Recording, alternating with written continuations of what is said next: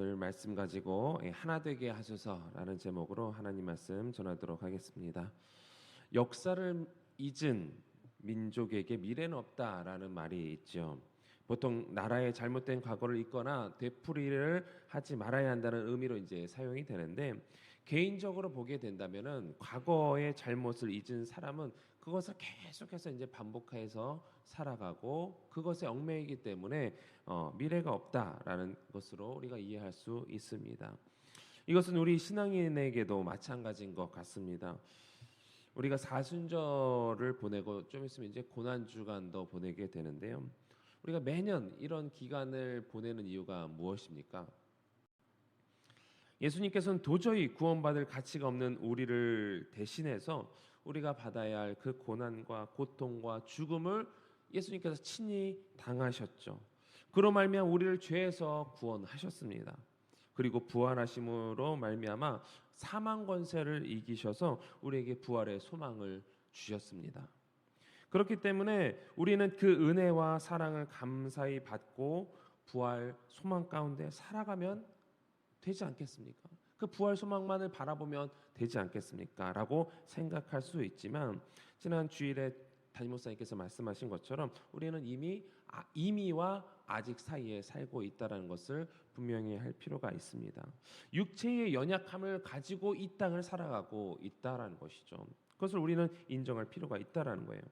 마음은 원이로되 육신은 약하여 주님만 온전히 바라보지 못하는 우리의 실제적인 현재의 모습을 바라보게 되는데, 그런 우리를 주님께서 친히 아시고 너희들 혼자 살 수 없지 않느냐, 나와 함께 되고 나와 하나가 되고, 그리고 예수님께서 보내주신 그 성령으로 말미암아 주님 주신 그 힘으로 말미암아 이 험한 세상을 우리가 이겨 나갈 수 있게 되는 것입니다.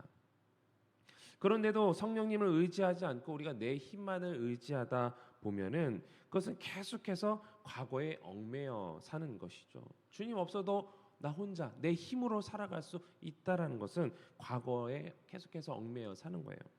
그 결과가 어떠할지는 불을 보듯 뻔합니다.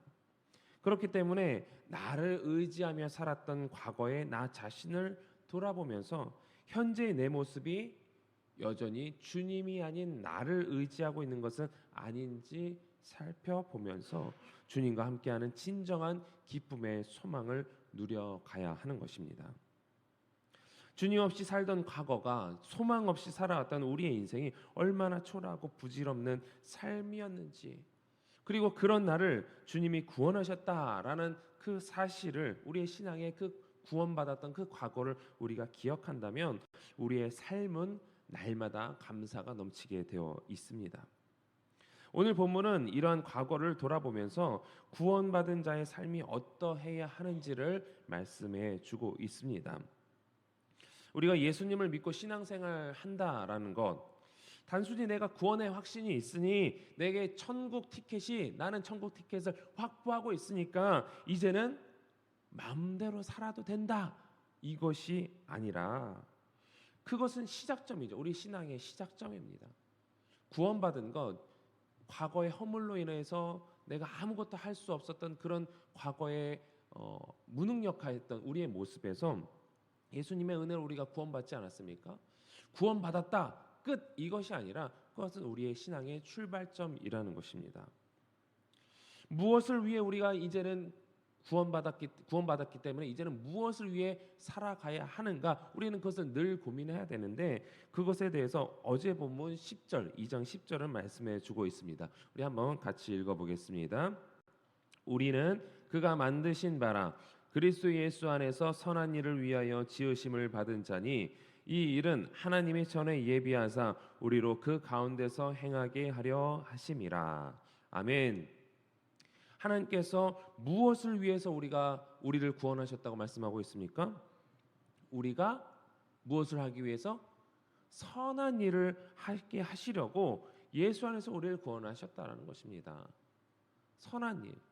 예수를 믿기 전에, 예수로 인해서 우리가 구원받기 전에는 정말 선한 것이 무엇인지 율법적으로 우리가 그것을 따라갈 수밖에 없었고, 그건 역시 또 그냥 겉으로 나는 행동으로는 선한 일일지 모르겠지만 그 마음은 그냥 율법이니까, 하나님께서 이렇게 명령하셨으니까 억지로 따라가는 수밖에 없었습니다. 그러나 예수님이 오시고 예수님께서 우리를 구원하시고 우리를 대신해서 십자가에 죽으시고 부활하시고 성령을 부어 주신 다음에는 우리가 그 선한 일을 주님의 능력으로 주님의 힘으로 그것을 할 수 있게 되었다라는 것입니다. 그것을 해야 된다는 것을 아는 거예요. 근데 육신이 약하기 때문에 마음은 원이로되 그것이 옳다라는 것을 알지만 그것을 따라가지 못하는 것일 뿐이지, 예수님을 통해서 우리가 구원받은 이후에는 그 선한 일을 해 나갈 수 있는 힘이 우리에게 주어졌다는 거예요. 그것을 하게 하시기 위해서 예수님께서 우리를 구원하셨다라는 것이죠. 이것은 개인뿐만 아니라 하나님께서 구원하신 백성들이 모인 이 교회의 목적이기도 합니다. 전체적으로 봤을 때 또 한 사람 한 사람을 봤을 때 연약한 모습이 분명히 있어요. 그러나 그 교회가 나아가야 할 방향은 하나님께서 하시고자 하는 그 일들을, 선한 일들을 이루고자 하게끔 하나님께서 한 사람 한 사람을 구원하셨고 또 교회를 세우셨다라는 것입니다. 그렇기 때문에 바울은 에베소 교인들이 옛 사람이 아닌 새 사람으로서 어떻게 살아야 하는지를 계속해서 말씀하고 있는데, 그러면서 오늘 본문 11절 12절은 에베소 교인들의 과거가 어떠했는지를 말씀해 주고 있습니다. 물론 이 장 앞에서도 과거는 너희들이 이전에는 옛적에는 그때에는 하면서 너희들이 어떤 모습이었는가 말씀해 주고 있는데, 본문 11, 12절 말씀 읽어보겠습니다. 그러므로 생각하라. 너희는 그때의 육체로는 이방인이요 손으로 육체에 행한 할례를 받은 무리라 칭하는 자들로부터 할례를 받지 않은 무리라 칭함을 받는 자들이라. 그때에 너희는 그리스도 밖에 있었고 이스라엘 나라 밖의 사람이라. 약속의 언약들에 대하여는 외인이요 세상에서 소망이었고 하나님도 없는 자이더니. 아멘. 그때의 과거의 에베소 사람들은 어떤 존재였느냐? 육체로 따지면 이방인입니다. 당연히 할례를 받지 않았어요. 할례가 무엇입니까? 하나님의 언약 백성이라는 것을 증표하는 것이었습니다. 그런 예식이었어요.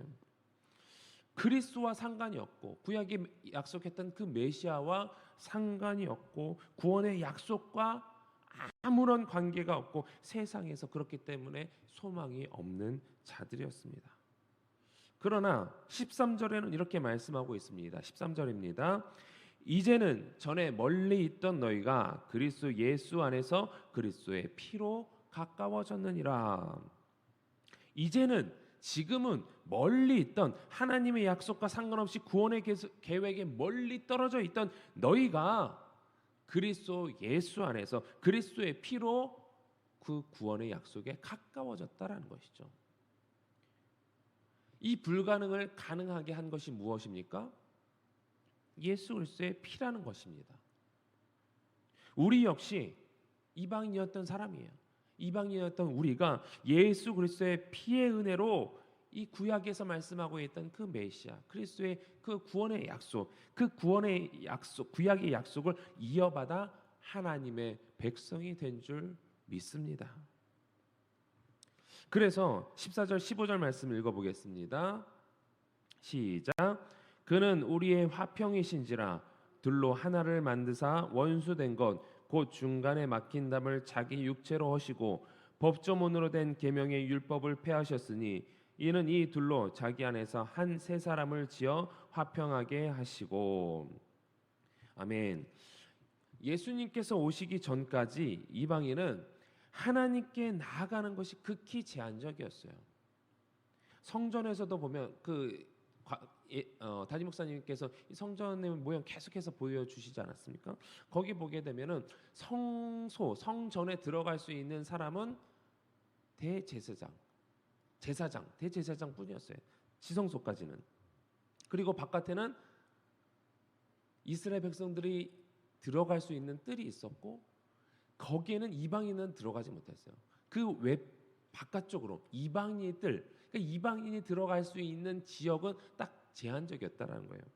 성소와 그런데 이 이방인 뜰과 또 이제 이스라엘 백성이 들어갈 수 있는 그 구분되는 곳에는 성소와 구분되는 이 담이 있었다라고 합니다. 구조적으로. 그런데 그러한 경계가 14절 보게 되면 우리의 화평 이제 둘로 하나를 이방인과 이스라엘 백성 둘로 하나를 만드사 원수된 것 곧 중간에 그 막힌 담을 자기 육체로 허셨다라고 말씀하고 있습니다. 그러니까 이방인과 하나님께서 택하신 이스라엘 백성이라고 하는 이 선민 백성, 이스라엘 백성과 이방인과의 그 어떤 보이지 않는 그 담이 있었는데 구조적으로 이제 보였었고 그 담을 예수님의 육체로 예수님의 피로 허무셨다라는 것이에요. 그러니까 유대인에게 이러한 경계가 예수 그리스도의 육체로 허물어진 것이고 또한 유대인에게 15절 보게 되면 유대인에게 주어졌던 그 율법의 굴레도 이 예수 그리스도의 육체로 무너지면서 이제는 더 이상 선민이라고 하는 이 유대인과 이방인의 구별, 차별 그것은 무의미해졌다라는 것을 말씀하고 있습니다. 어떤 사람만이 오직 구원을 받느냐? 오직 예수 그리스도 안에서 한 세 사람만이 있을 뿐입니다. 또한 이 세 사람은 십자가의 은혜로 하나님과 화목하게 하셨다라고 말씀하고 있습니다. 이스라엘 백성과 이방인과의 그 수평적인 관계가 하나가 되게 하셨고 그로 말미암아 한 세 사람으로 말미암아 하나님과 수직적인 관계도 모든 것이 다 허물어졌다는 거예요. 예수 그리스도의 피로 허물어졌다는 것이죠. 16절 말씀 읽어보도록 하겠습니다. 시작. 또 십자가로 이 둘을 한 몸으로 하나님과 화목하게 하려 하심이라 원수된 것을 십자가로 소멸하시고 이 십자가로 이 둘 이방인과 이스라엘 백성을 한 몸으로 한 세 사람으로 되게 하여 주시고 또 이 한 세 사람을 하나님과 수직적으로 화목하게 하시기 위해서 이 모든 것을 십자가의 은혜로 다 예수님께서 구원의 사역을 완성시키셨다라는 것입니다. 예수님께서 이렇게 이 땅의 민족을 예수 그리스도 안에서 하나가 되게 하셨고 교회는 이렇게 예수 그리스도 안에서 한 몸, 한 공동체라는 사실을 잊어서는 아니 되는 것입니다. 그래서 19절은 이렇게 말씀하고 있습니다.